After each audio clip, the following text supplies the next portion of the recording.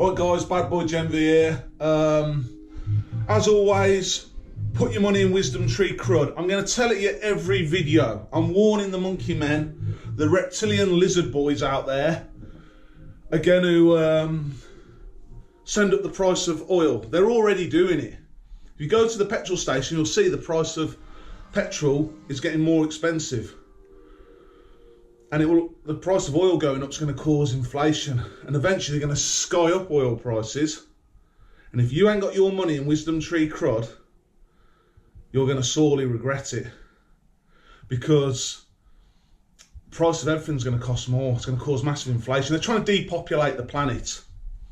The guy who's behind it mostly at the minute is Prince William. Prince William and King Charles, those are two pieces of shit. And God's not very happy with them. God in heaven ain't happy with them. He's pissed off with them big time. And you keep seeing it in you. King Charles got cancer. Yeah? Kate Windsor, Kate Middleton, she's got cancer. These things come in threes. Is Prince William the next one to get cancer? Don't know. It's all up to God. It's up to God's plan. I'm just the devil. I'm Satan. I'm working for God. Of course I do. Someone has to run hell. Someone has to run that place. It's beneath your feet. If you don't believe me, listen to those screams from that Russian borehole when they dug down into the ground really deep and they heard the screams from hell.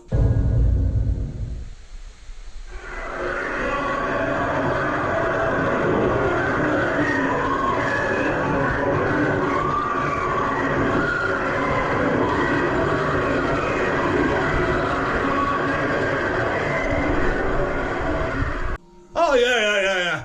It's a real fucking place. Yeah. Right, so all the atheists, you can shut the fuck up. All you atheists are talking shit. You brainless fuckers. The other thing I need to talk about,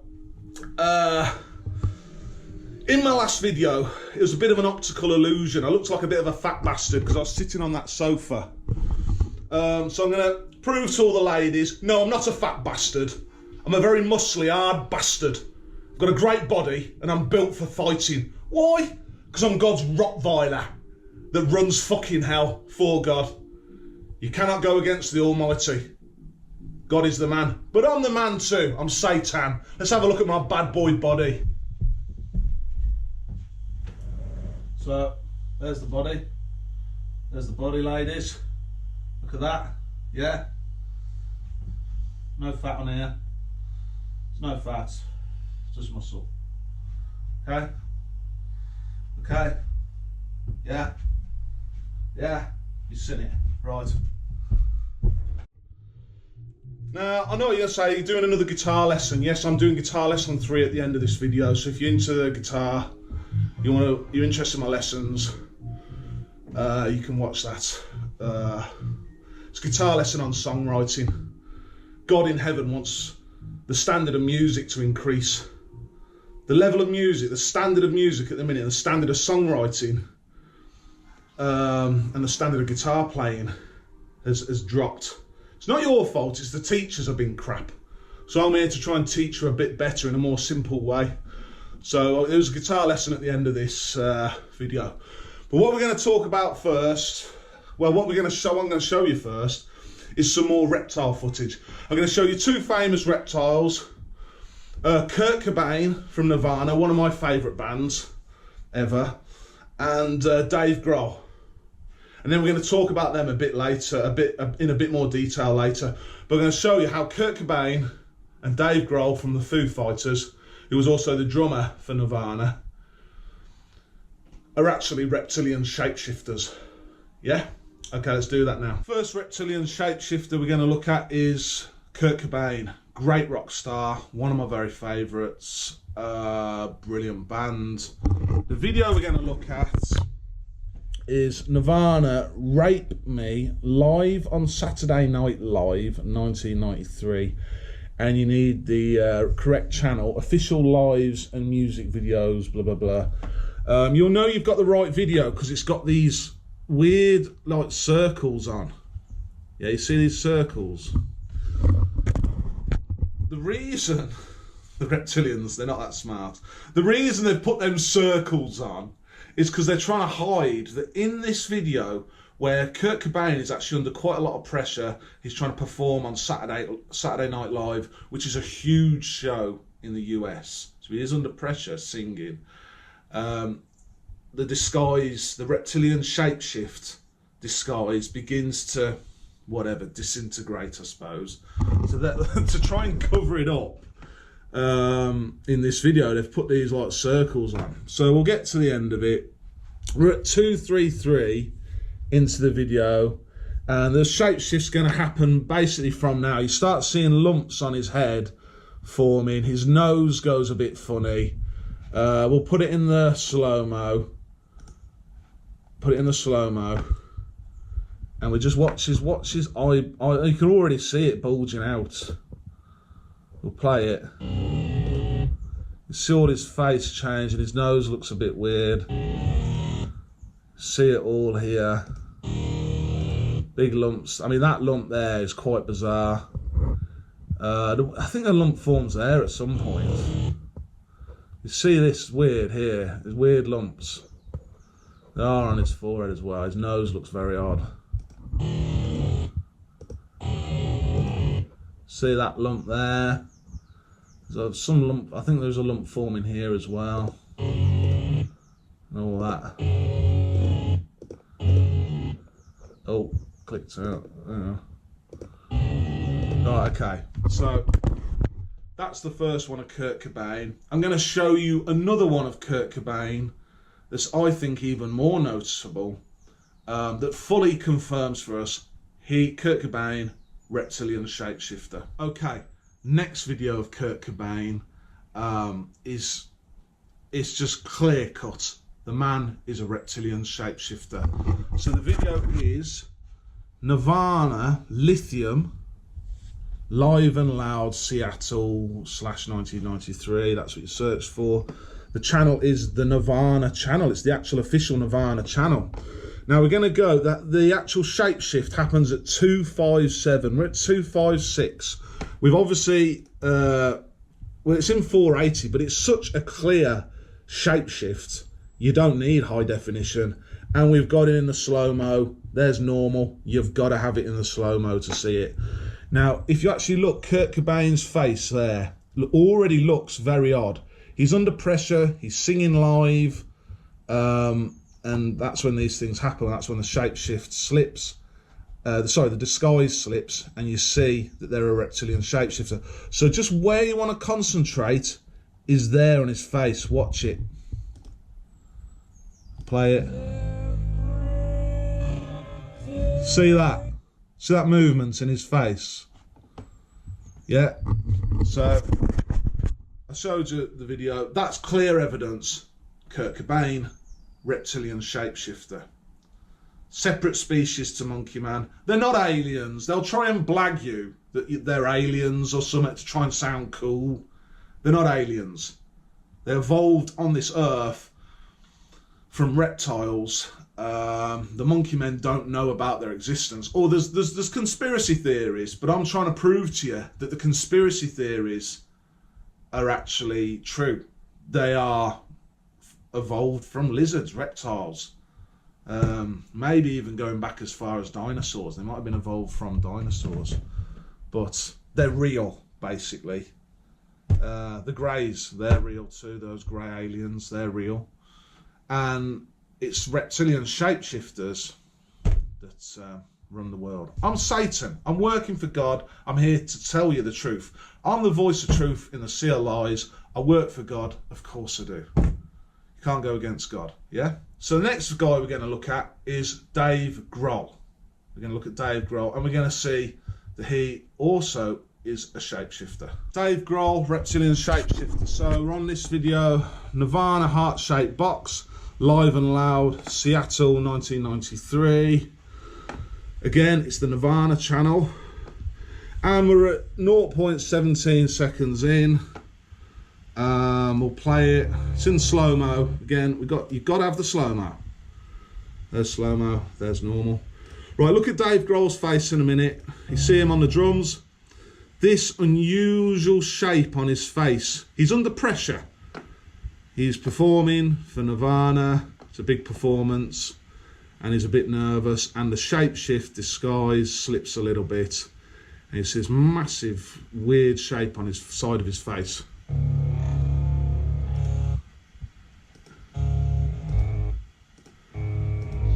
Okay, so there's the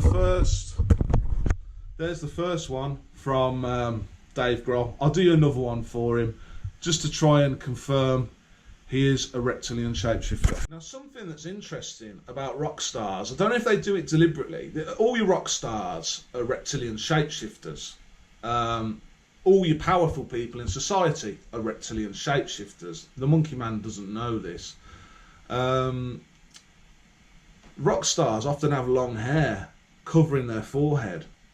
And I often wonder, because do they do that because when they're on stage performing live with singing and whatever, guitar playing, they're under a lot of pressure, and that's when you start seeing the reptilian shapeshift. I often wonder, do they have the long hair to cover up their forehead to try and show, no, I'm not, I'm just a normal human, I'm a normal monkey man. I think that might be an actual thing. Anyway, here we're looking at Foo Fighters. Let's see, Foo Fighters, Everlong, Bizarre Festival, 97. There's the channel, J Young UK1. The shapeshifts happens around 231. We're at 230. Again, always remind you, whack the slow-mo on. You've got to have the slow-mo. We're going to play the video, and what happens is hair flies up. Momentarily, he's under a lot of pressure, singing and guitaring, and you see the reptilian scales on his forehead. It's quite shocking.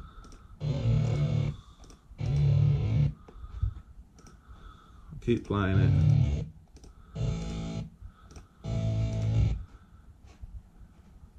I think we missed it. Hang on. I think we missed it.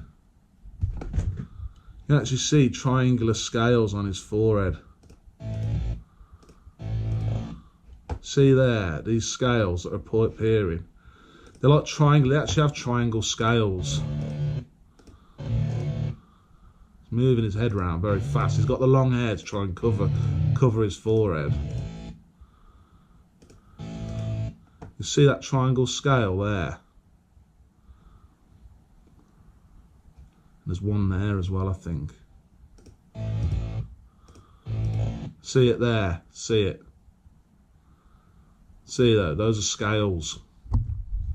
If you see that, hopefully you could see it. 2, 3, 1. Just, you need to like put it in slow-mo, and on top of that, press the pause button on and off to try and capture it. Dave Grohl is a reptilian shapeshifter. Yeah, they have scales. They're reptiles. But the funny thing is, you'd go up to Dave Grohl and you'd say, you're a reptile, I've seen that you're a reptile. Reptilian shapeshifter, whatever. And he'd deny it. He would deny it. It's like the way they've evolved. They've evolved in this way where they have to, they're in constant hiding. They're like a chameleon, but more sophisticated. They've got a bigger brain, so their disguise is a lot better. They're actually scaly reptiles. It's quite incredible, isn't it? Now, just to confirm that Dave Grohl is actually a reptile, well, sort of to show you, a few more seconds on from this video, at 239, you see that the bassist, I think it's his bassist, is also a reptilian shapeshifter. So this guy here, see this guy, so we're at 239 in the same video. This guy's playing on stage with, I don't know his name, he's not as obviously famous as Dave Grohl. You see on his forehead it changing, so we'll play it. You see the forehead change then. Play it again. See that? See his forehead changing. I think it changes again. I think there's another change in a second. See that there? If you watch this, there, capturing it there, see it. So I don't know if you got that. Hopefully you got that. That, you know, the bassist is a reptilian shapeshifter. Of course he is. All the guys on that stage are. They're not monkey men. Separate species. Just the truth.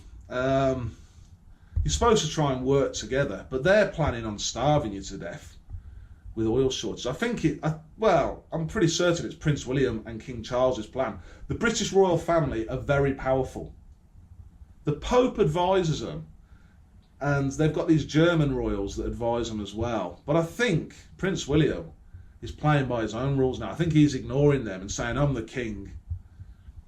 I'm the king. I'm the one who has the big coronation. Well, King Charles just had a coronation. He's like, King Charles is the king of the world. These politicians and all of that, all the reptilians know the politicians are just nonsense. They're just like a distraction play. They're just to make you think it's the politicians who have power. They ain't got any power. Politicians don't have any power. They're told what to do by King Charles. It's kind of just to make the monkey man think you have freedom, you have a vote, but your vote's worthless, really. So I said the Pope runs the British royals, and he kind of did through an advisory role. But really, the proper king is King Charles, who's got cancer at the minute. And obviously Prince William is next in line for that throne. And God's pissed off with them. Because we need to have reptile disclosure. These reptiles need to just be honest. Yeah, we're reptiles, yeah, we run the world. And we need to start working with the greys, because you need to get more earths now. God doesn't want the monkey man to starve. He doesn't want lizard man to starve either. He wants lizard man and monkey man working together, me creating hybrids that can breed with both, to sort of hybridize the species, to make it a hybrid species between monkey man and reptile, and to go out and get new earths working with the greys who've got all the tech, all the interstellar travel tech for you to do it. This is just the reality. I know it sounds bonkers. To the monkey man, it sounds holy shit. But the reptilians knew about the greys. They all know the greys are real. It's just the truth. Just tell them the voice of truth and the sea of lies. I am telling you the truth. What I'm going to talk about now is Kurt Cobain's death. So I was a big fan of Nirvana, a big fan of Kurt Cobain. Now Kurt Cobain, I have it on good authority from God, was actually murdered. He was murdered by a man. The hitman that killed him was a guy by the name of Alan Wrench. Dave Grohl actually did a tribute song to him called Monkey Wrench. The song Monkey Wrench is about Kurt Cobain's murder. Now Dave Grohl is a piece of shit, and he along with Chris Novoselic, that was the bassist for Nirvana, and Courtney Love was the wife of Kurt Cobain at the time in 1994. They paid Alan Wrench 50 grand to kill Kurt Cobain. And the way Alan Wrench did it was, when Kurt Cobain was in a greenhouse above his garage taking heroin, nodding out off heroin because he was a heroin addict, Alan Wrench has gone into the greenhouse, having been paid this money as a hitman to kill Kurt Cobain, injected him with an extra batch of heroin to give him an overdose, basically kill him, and then, to add insult to injury, took the shotgun, which was Kurt Cobain's shotgun that he was using to protect himself, because he was fearful for his life, and we'll get onto that in a minute with the reasons why. Took the shotgun and blown Kurt Cobain's brains out. Now, you'll say, well, why would Dave Grohl, Chris Novoselic and Courtney Love do this to Kurt Cobain? Well, the reason was all about money. Well, it wasn't all about money, but it was mostly about money. Kurt Cobain, great songwriter. He had a deal with his fellow bandmates, Chris Novoselic and Dave Grohl, that he would take 75% of the songwriting royalties. Songwriting royalties are very important to musicians, worth a lot of money. He'd take 75% of the songwriting royalties, and they'd each get 12.5% each to make up the extra 25%. And that was the deal that they had. But Kurt Cobain wanted the deal changed, and he did get the deal changed to where Kurt Cobain would get 98% of the songwriting royalties, and Dave Grohl and Chris Novoselic would each get 1% of the songwriting royalties. Now, you might think, well, that was a bit of a bad thing of Kurt Cobain to do, you know, because they had this original deal of 75%. But the reason Kurt did it was because Dave Grohl and Chris Novoselic were having sex with his wife, Courtney Love. Now, Courtney Love is known as someone that's quite promiscuous. Well, she was back then, I don't know about now, but she's known as someone that likes to sleep around. And she weren't being faithful to Kurt Cobain, and she was shagging his bandmates, and she was shagging other men as well. It's just how she is, you know. She's not going to be one of those women that are faithful to you. And Kurt Cobain, he was just kind of like an old-fashioned guy. He wanted a woman to be faithful to him, you know, and he wasn't happy about it. So that's why he wanted to reduce them down to 1% each and end the band. He was planning on ending the band. They even had another guitarist, Pat Smear, come into the band, and he'd been shagging Courtney Love, and he was probably looking to get another 12.5%, just like Dave Grohl and Chris Novoselic, over future songs that would be written by Kurt Cobain. Now, unfortunately, in a minute on this video, the screen's going to go black. The audio is still good. Now, I've been trying to record this video about Kurt Cobain's murder, right? And I've been trying to record it for a while, but the reptilian rulers keep messing with my computer, right? So this screen is going to go. The screen's going to go black in a bit as I'm talking about Kurt Cobain's murder. They don't want the reptilian rulers, right? The people that run the world don't want you to know that. Well, they don't want you to know they exist to begin with, but they also don't want you to know that the reptile police are very corrupt. The police are total pieces of shit. UK police I fucking hate. They're cunts. Do you hear me, fucking UK police? You're fucking cunts. That's coming from God, that is. And you still haven't found that man to beat the fuck out of me. Why? Because I'm God's Rottweiler. I'm Satan. You see, Reptile Bitch Boy hits me on the fucking chin, and I just fucking enjoy it. I'll just look straight back at him and then bash him the fuck up. Isn't that right, UK police? Isn't that right that you're pussies? Yes, it's correct. So those Reptile Bitch Boy police don't like me, and they don't want me exposing that the Seattle police are very corrupt, and they've been taking payments from Dave Grohl, Chris Novoselic and Courtney Love for a long time. Your police are scum. They're the worst scum on the fucking earth. UK police, US police, they're scum. Them reptile police, scum. And don't ever forget it. You can't trust them. So they're trying to keep messing with my video editing remotely, obviously through the internet, because obviously the phone's connected, the computer is connected to the internet. They keep messing with my video editing. Obviously my YouTube channel is being suppressed. You look at the view count, it's ridiculous. You look at the comments, you know, I'm not getting the comments. Monkey Man needs to understand, there's these reptilian rulers, all your reptile police are reptiles, and they're corrupt, evil bastards. Your fucking politicians are reptiles. They're all just cunts. There are good reptiles though, like Britney Spears. There are good people in Reptile Club. So they're not all bad. But your police are cunts. They're cunts. They're cunts. And never forget it. Now, UK police, when you're turning up at our front door for that fucking punch-up with Satan himself, when you're coming, I mean, you can come and knock my door. You come and bang on my door. But when are we going to Licky Hills tennis courts to have that fucking punch-up? UK police, you pussies, fucking around with my fucking video editing tech. You little bitches. So that's how it is, you've got to understand it. So the screen's going to go black. I'm going to carry on with the Kurt Cobain story of his murder, all right? Kurt Cobain was the main songwriter. He was the one, you know, the creative spark.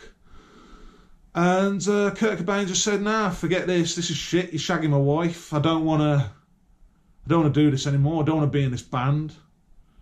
And I'm reducing you down to 1% each for shagging my wife as whatever punishment, I suppose. And I'm divorcing Courtney Love. Now, Courtney Love wanted the best divorce package she could get. And the best way was to kill Kurt Cobain, because then she'd get the entirety of the Nirvana estate as his wife.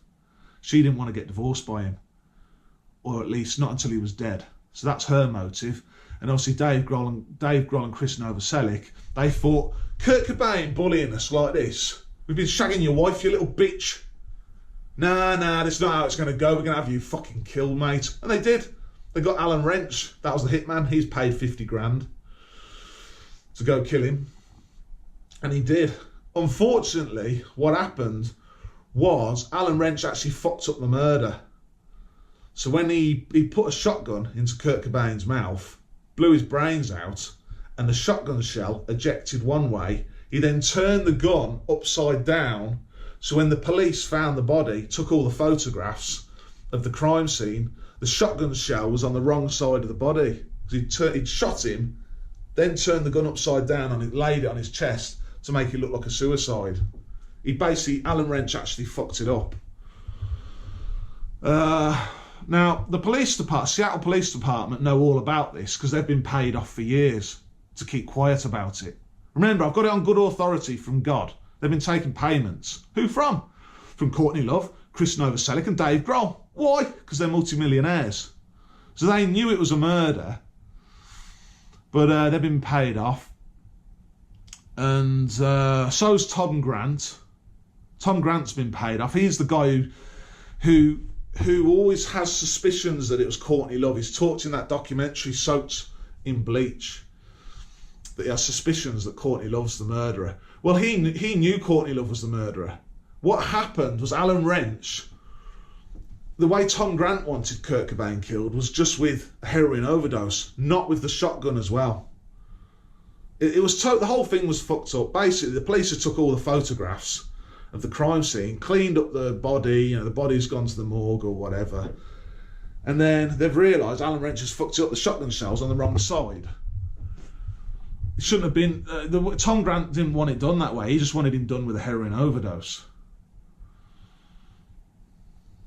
So that guy's guilty as sin. Tom Grant. He's a piece of shit. He'll make out he's an honest guy and all this. No. He was working with the chief of Seattle Police to cover it all up. And it was Courtney Love in a vindictive, evil way that didn't just want Kurt Cobain having a heroin overdose, given a second batch of heroin by Alan Wrench. She told Alan Wrench, also, I want you to blow his brains out with that shotgun that he's got to protect himself. But unfortunately, that's then made the whole suicide look totally fake. Because how can he blow his brains out when he's just given himself a massive overdose of heroin? It'd be hard for him to manipulate the gun. He'd be like, out of it, you know what I mean? How would he do that? And then on top of that, Alan Wrench has shot him, the shell's ejected one way, and then he's turned the gun upside down, and the shell, if Kurt Cobain had shot himself with this upside down shotgun, the shell would have ejected the other way. So then Tom Grant's had to start saying, the police have done an incompetent investigation of this, when what was originally supposed to happen was Kurt Cobain was just supposed to be killed with a heroin overdose, right? And then he would then be saying, well, I was looking for Kurt Cobain in his house, and I was looking for him. Courtney Love was paying me to look for him. That gives Courtney Love a great alibi, because Courtney Love at the time was in rehab, but she was paying this private detective to go look for him. Tom Grant didn't know she'd also told Alan Wrench, don't just give him a heroin overdose. No. I want his brains blown out. So that kind of fucked up the whole thing. You were supposed to just think, oh, he's a heroin junkie and he's accidentally overdosed. And that's it, dead. Now, the chief of Seattle police knew about it was going to happen. But then what happened, once the murder had been fucked up by Alan Wrench, Courtney Love getting him to do this blow his brains out thing, then the police who didn't know, just regular police, at this suicide, which now they realise was a murder because the shotgun shell's on the wrong side of the body, they only realised it after they took all the photos of the crime scene, looked at all the evidence. Oh, shit, the shotgun shell's on the wrong side of the body. And his blood level, he had too much heroin in his system to control the shotgun. Someone's blew his brains out. They knew someone had blown his brains out. Then the rest of the police had to be told by the chief of police that, it was, but we can't investigate it, because he knew it would link back to him under questioning. Courtney Love and Dave Grohl and Chris Novoselic, they'd crack. Because they'd be questioning Courtney Love then. She'd be like the chief suspect. And she'd probably just dob them all in. She'd grass them all in. And then, then it gets linked back to Tom Grant. And then Tom Grant links it back to the chief of police. The chief of police, Seattle Police, had to just say to all the other police officers, Seattle police officers, yeah, I was doing it for money. I was just going to get paid by them. It's just supposed to be made to look at suicide. They weren't supposed to blow his brains out with a shotgun. And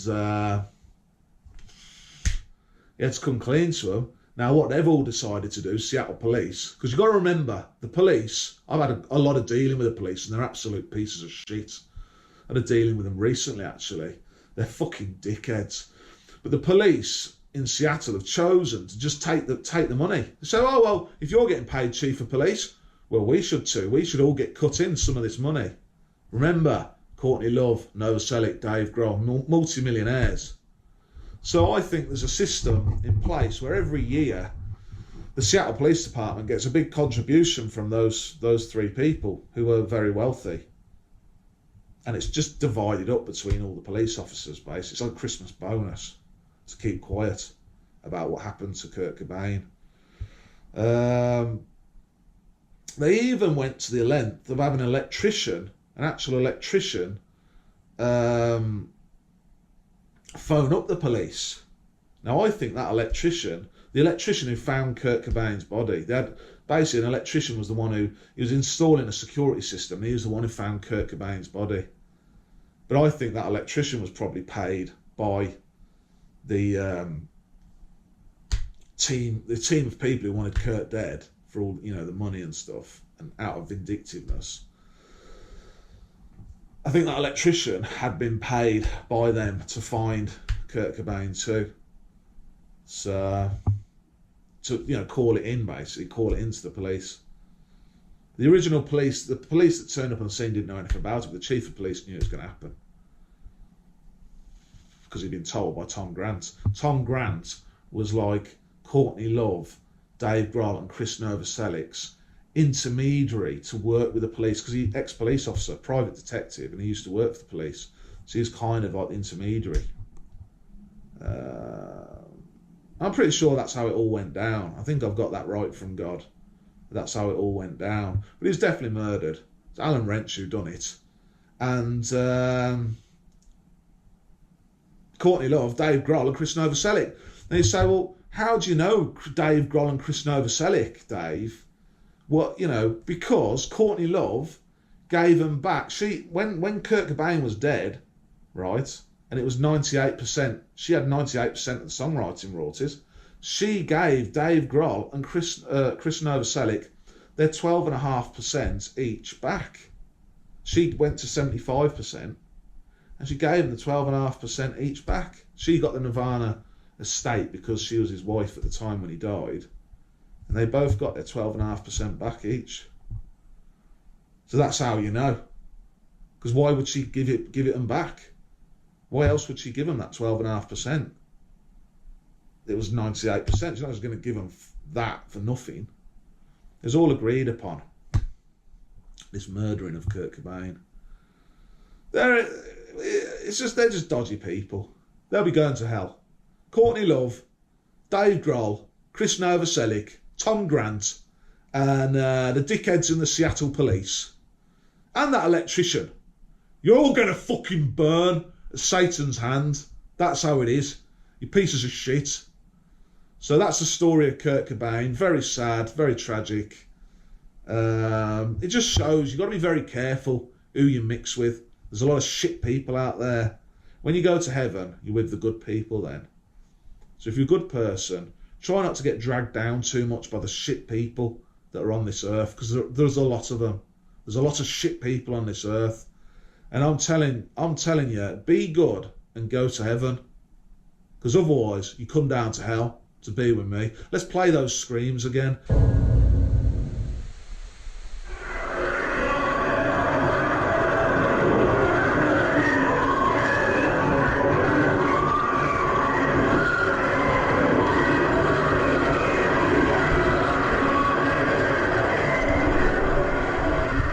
You heard them screams, yeah? Yeah? Hopefully. Hell's a real place. Very real. It's beneath your feet. And heaven, that's a real place too. So be good. It's time now for my guitar lesson 3. Learn guitar with Satan.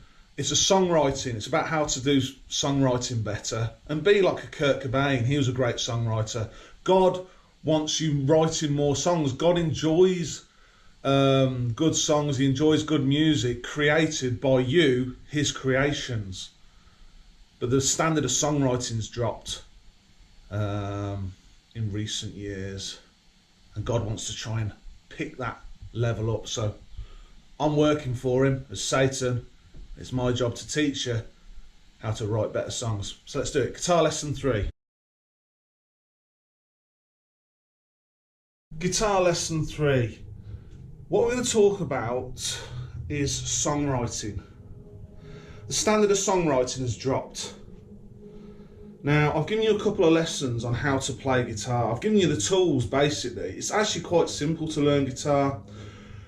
And once you've, sort of got good on the guitar and sort of learnt all the moves, God in heaven wants you writing more songs. Because a lot of people get the guitar and they might even get really good, right?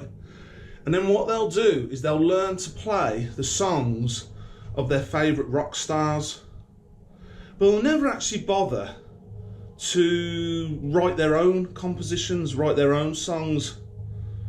And that's something that is actually quite annoying to God, because there's a shortage of good music being produced right now.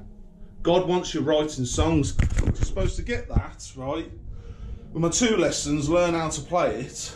And it's not that hard, really. You need to practice for a bit. And then, once you've got half decent, start making your own songs. Maybe your first songs, your early songs, won't be that good. But like anything, with practice, you might get better. Hopefully you will get better. And you might write a big hit, something that does well. So this is quite important to God, and I'm the devil here working for him to tell you your standard of music has been slipping over the last few decades. Now I'm going to give you pointers on how to write songs, to give you some tips and tricks on how to make it easier. And if you actually go on Google, you'll find that Satan was the head of music in heaven before his fall. Well, I never actually had a fall. There has to be a hell. I work for God. There has to be a hell, because not everyone is good and not everyone makes the grade for heaven. Some people on this earth are really, really terrible, and they have to be punished in hell for heaven to be a happy place. Do you understand? So it's not like the devil is against God. Of course he isn't. He works for him. And I'm the guy in charge of music in heaven. You can go on Google, you can check it out if you want. You just put in, you can go on Google and Satan in charge of music in heaven, if you put that search in, you know, you're going to find things about, you know, I've heard it preached and taught for years that before he fell, became Satan, Lucifer was in charge of music. He's in charge of music and worship and all of that. Well, yeah, that's actually true. But I didn't have a fall. It's just, it's my job. Everyone has a job in heaven. Say if you're like a really good bricklayer and you enjoy being a bricklayer, guess what you're going to be doing in heaven? Being a bricklayer. And I've got my job to do from God, which is to run hell, to torture the bad people. So that's how you need to understand it in your head. But anyway, let's get back to the songwriting. The first lesson in my songwriting tutorial is iPhone voice memos. I've talked about it before in the previous 2 guitar lessons, I think, but it's so important. iPhone voice memos, or whatever the equivalent is on Android. I use it all the time. So I'm just going to show you, you know, all recordings there, and you can share these with your computer. I've got a MacBook here and share it. I don't know how the one, it's in extras. You've got to go in extras. There. And it's even got a recycle bin. Very useful if you accidentally delete something you didn't want to. So go in there, stuff you've deleted. I mean, I've got loads of recordings. I'm always doing stuff. And, you know, I am Satan, and Satan is in charge of music in heaven. You can go on Google and you can find that information out for yourself. So I'm pretty good with the whole songwriting thing, and that iPhone voice memos is so useful because you can record little melodies, even if you haven't got the lyrics. If you say you ain't got the lyrics, right, and you just got a melody, da da da da da da da da, and you want to put lyrics to it after, you just record it. Say a melody just pops in your head. It might pop in your head at like flipping, you know, 1 o'clock in the morning when you're in bed, you know, you just wake up and think, that's a great melody, and you've got your phone next to your bedside and you just, you know, hum the melody and then go back to sleep, and then maybe the next day you've still got the recording and you can add lyrics to it or something. You can also obviously record guitar work or any other instrument, piano. Maybe you're good on the piano. So iPhone voice memos, I cannot understate how useful that is for writing songs, and like I say, whatever the equivalent is on Android. An app I use, I've also mentioned before in my previous lessons, guitar lessons, an app I use is GarageBand. It's a free music mixing app with that comes with the MacBook.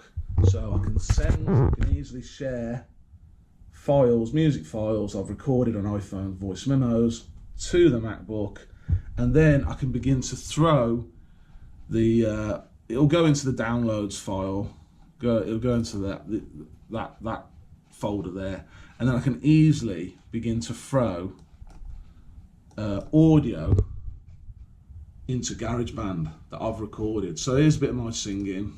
As a little girl at school, I was so shy. It's actually a song I've written for Beyonce. I haven't released it on YouTube, but what I've got here is a blueprint for a song. It's what I call a blueprint. Actually, these little audio clips are blue in colour. And obviously, I can put guitar on it too. I can put some guitar, and you can add guitar underneath. Gives you multiple tracks that you can add. Multiple tracks you can add more music, like drum. You can add drums down here, guitar on this one, and then you've got the vocals on top. Something you need to be aware of, this button here, bit weird button, it's like a metronome or something. So if I press that, here we go, click, see that? The problem turn it off. I had stops. No friends. So just be aware of that button when you first use GarageBand. Something else with GarageBand, so I'm going to give you a little, really quick lesson on how to use it. So you throw the files in from the whichever folder you've saved them in. They originally will be in the downloads folder, as I said. They'll go to there, and then you move them to whichever folder you want after that. Something you need to know how to do, you right click, and then you see that you can split, you can actually split a file. So say you've got a bit on the end you want splitting off, you can go split, and then it will have split this, should have split this file, no hang on, it hasn't, go again. There, see it split it there, see that? Split this file in half.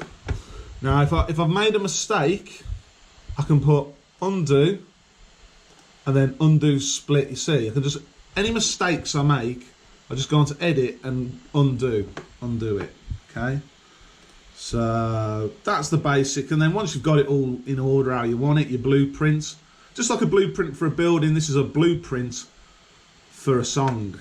Once you've got your music set up, you can share and export song to disk. You know, you can export it and save it in whatever folder you want. Save it as an MP3. MP3 is probably the best file you can share it as, but it's up to you. Have it in high quality. I have it at 192 bits. So, yeah. So what have you got then? You've got a blueprint for a song, right? That you can then go to a recording studio with, or maybe a record label. Or if you've got a home studio, like my home studio is iPhone voice memos and my MacBook. But you might want to set up yourself a better home studio than that with some better music editing software. You know, better microphones and things to make it a bit more professional. Or you could take the blueprint, like I say, to go to professional recording studio, a record label, whatever. God wants more music, and he wants better music.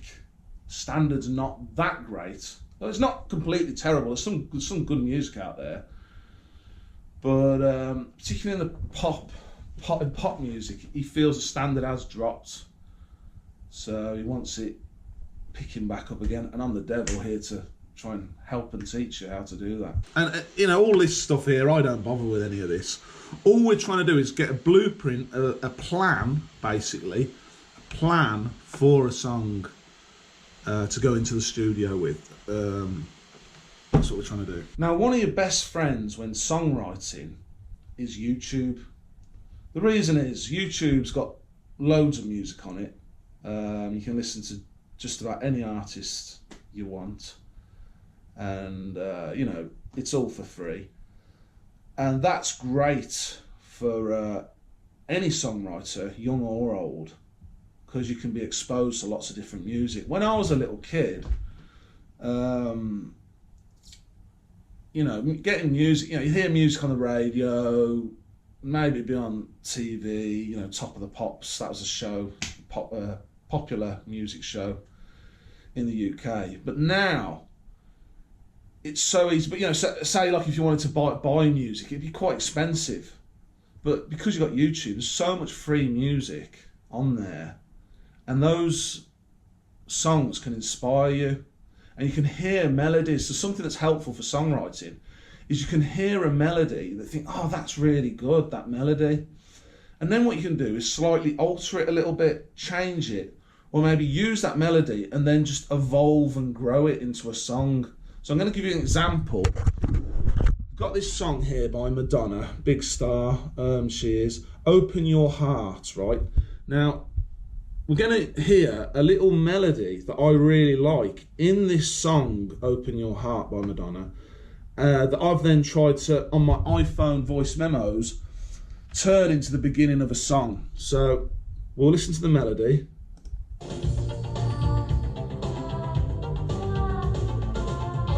So you heard that.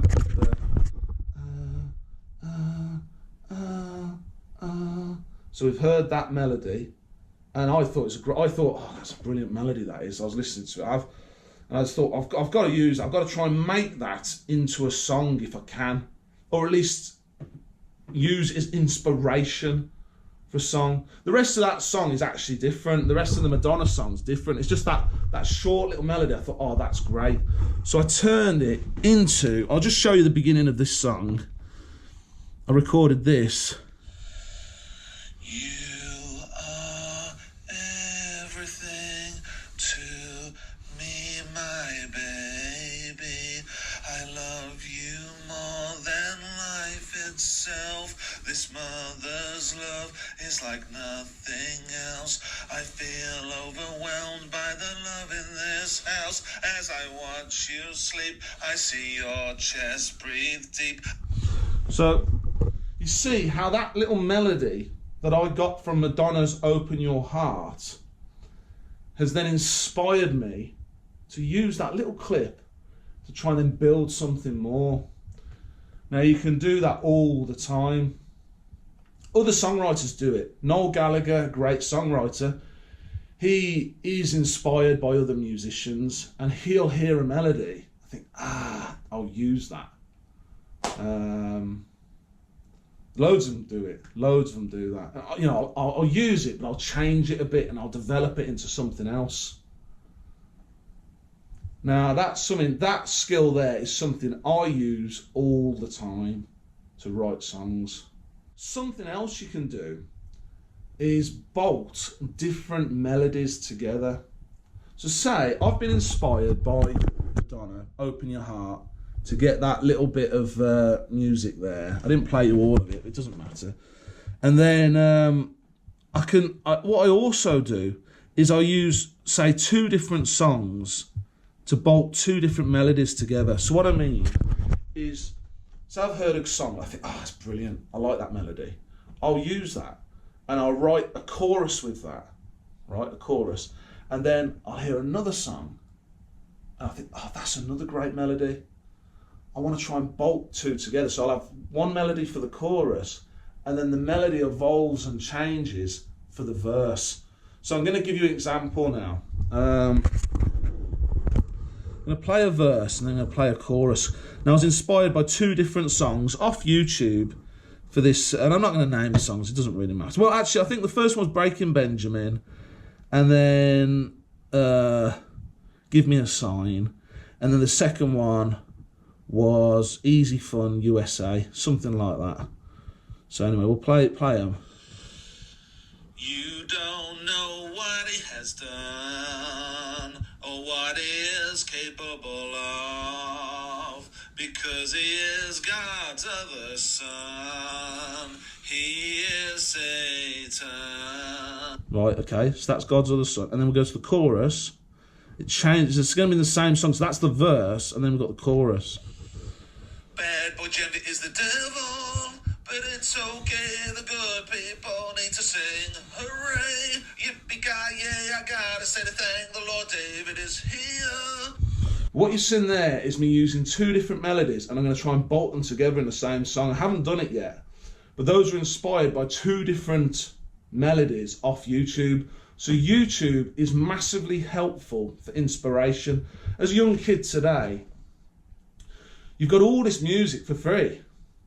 Before it used to be on the radio, you'd be able to listen to music on the radio for free, obviously. But you're kind of forced into listening to what the DJ on the radio station would want you to listen to. Whereas now, because of YouTube, you know, you can listen to whatever you want, whatever really interests you, which is brilliant. And yeah, use melodies from other songs, change, you know, you've got to obviously change the lyrics, change the melody maybe a little bit, evolve it into something else if you can. That's a great way of writing songs. So someone might ask, well, what do we actually mean by melody? What we want is something where the pitch changes high, low, or low, then high, and it sounds pleasing on the ear.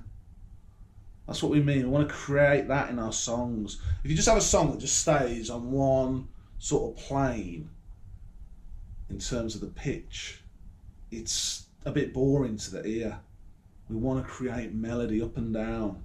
Now I'm going to give you an example of a song I've used the melody actually a little bit to help write one of my songs, and you hear that high and low melody. It's interesting on the ear, so it's easy fun. Be Your USA. Now listen to the pitch changing. Like your mama.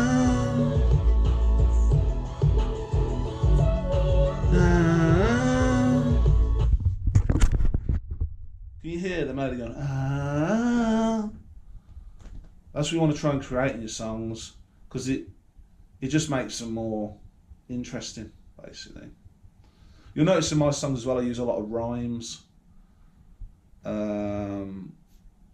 Again, that sounds interesting on the ear. It's like singing and rapping combined. But then it actually makes it hard. When you put in too much of that, it can actually make it hard to sing it back from memory. So there is that trade-off. So if you wanted to create a song that a big crowd of people can sing along with, there's too many rhymes in there. It might make that a bit tricky. But experiment with it. It's up to you. You experiment with it. Try and make something that sounds good to your ears and to your friends' ears and your family or whatever. And you've probably got a good song. Another tip I'll give you with songwriting is something that annoys God is with music videos. Because remember, God enjoys the music created by his creations, which is you.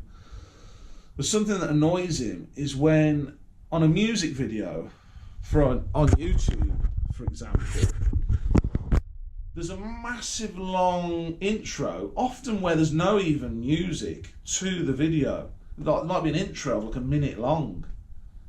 And God, and I think most other people, just skip the intro and start when the music starts. Also, there's songs that will have too slow of a build-up. In pop music, you probably don't want that. You want to get into the song quick, more, don't have too slow of a build-up. Something else with songwriting, usually a song will have a structure where it's verse, chorus, verse, or chorus, verse, chorus. Sometimes the Beatles often do it that way. They open with the chorus. They change it. Another thing the Beatles would do is they just bolt two separate songs together, two entirely separate songs, A Day in the Life. They're just experimenting, having fun. Day in the Life by the Beatles.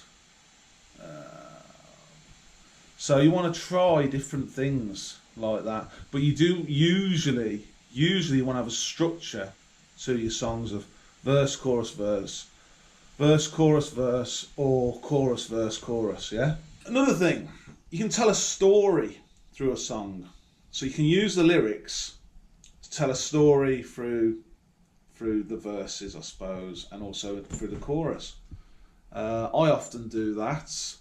It's something country singers are very good at. Country singer-songwriters. Someone like Dolly Parton, she's a great songwriter. And, Conway Twitty's song, Louisiana Woman, Mississippi Man, you might have heard of that song, tells a story through the song. And, Dolly Parton, Travelling Man, there's another one.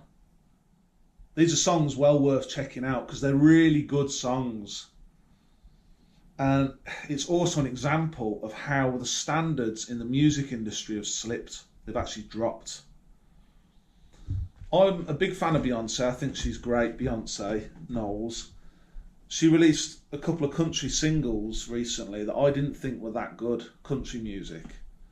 I didn't think the songwriting was that good. She's a great singer and she looks fantastic. She's a great performer, but I didn't think the songwriting was that brilliant compared to music from yesteryear.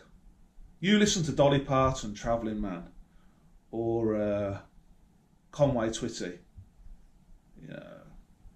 Louisiana Woman, Mississippi Man. You listen to stuff like that and it's just on a much higher level.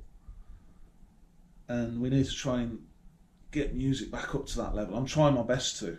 But yeah, that might be something you want to try. Singing a story with the lyrics through the song. Now, something that's happening in pop music quite a lot is the singer will be really good. The singer will be there with the melodies and a really good singer. But what's behind the singer isn't very good. It's repetitive dance beat track that's not very interesting to the ear. Now I'm going to use an example from Sam Smith, the song Diamonds. Still a good song. It's not terrible, but if you actually listen to Sam's a great singer, but what's behind it is just pretty boring. So listen to the song now.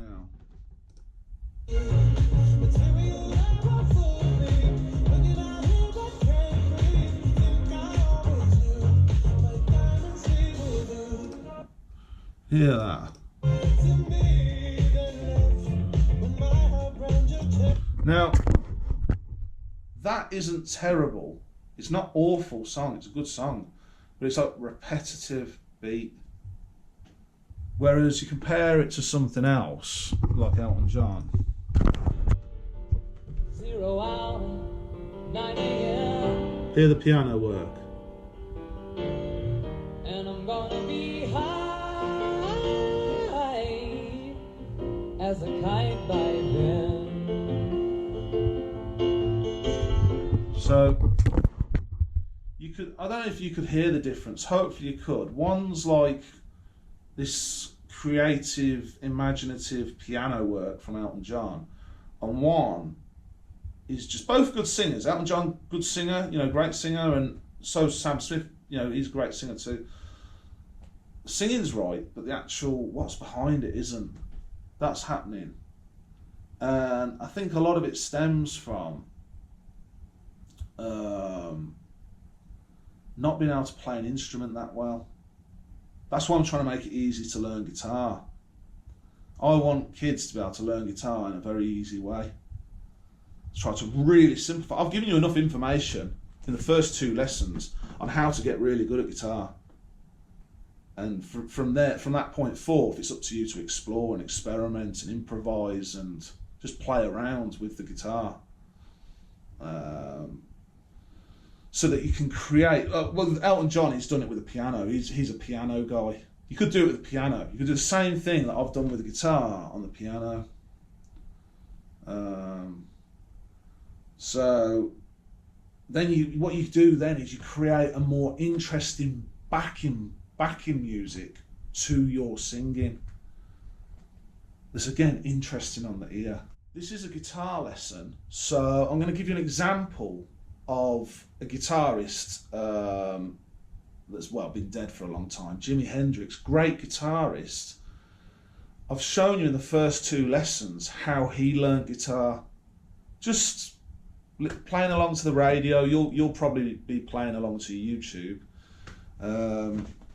music, videos.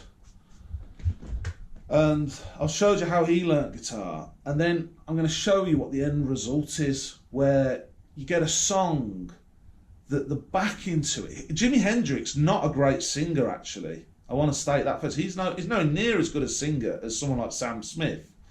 But because he's so good on guitar, the backing to his song sounds so much more interesting than a song like Diamonds by Sam Smith. So much more interesting to the ear. So we're going to play it, play a bit of it.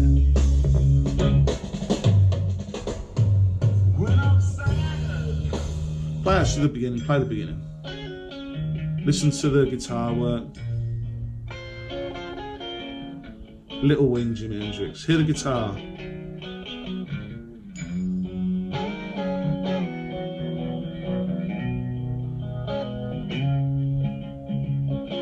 The singing cuts in a minute.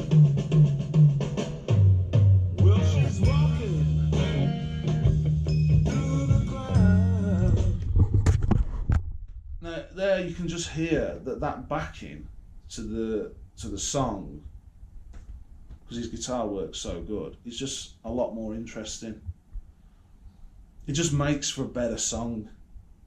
So the backing, the singer, I'll always say, something else I want to say, this is another lesson I want to say, is you always, as a guitarist or a piano guy, or whatever instrument it is you play, want to make the singer the focal point.